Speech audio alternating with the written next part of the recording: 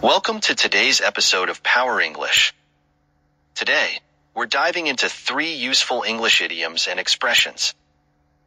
Rule of thumb, rely on someone something, and hands-on. Let's explore their meanings and see how they can be used in daily conversations. First up, we have rule of thumb.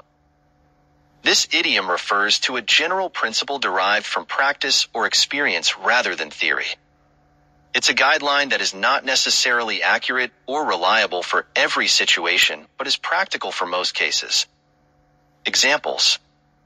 A good rule of thumb for saving money is to set aside at least 20% of your income each month.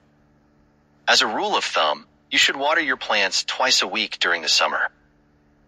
In cooking, a common rule of thumb is to use 1 teaspoon of salt for every 4 cups of water when making pasta.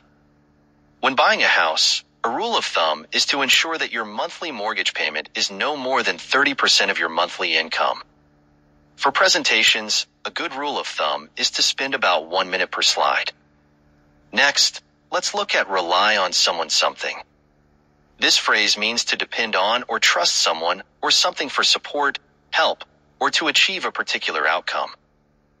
Examples. I rely on my best friend for emotional support during tough times.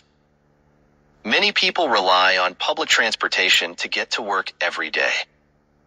We rely on our smartphones for almost everything, from communication to navigation. The team relies on their coach for strategic planning and guidance. Farmers rely on good weather conditions for a successful harvest. Finally, we have hands-on. Hands-on refers to direct, active involvement in a task or activity, typically involving practical experience rather than just theoretical knowledge. Examples. The workshop offered hands-on training in computer programming. She prefers a hands-on approach to teaching, where students actively participate in experiments. The internship provided hands-on experience in the field of engineering. During the hands-on cooking class, participants learned to prepare a 3-course meal. He gained hands-on skills by working directly with experienced carpenters on construction sites. Now, let's listen to today's dialogue, where Travis asks his grandma about learning to forage. Didn't you have any guidebooks to help you when you weren't sure?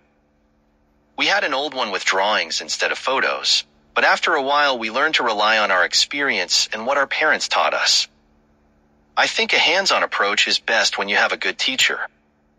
I'm glad you feel that way because we found our first edible wild plant. Oh, cool.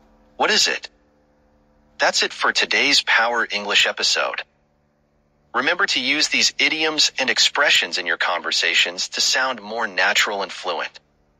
Don't forget to like, subscribe, and hit the bell icon for more English learning content. See you next time.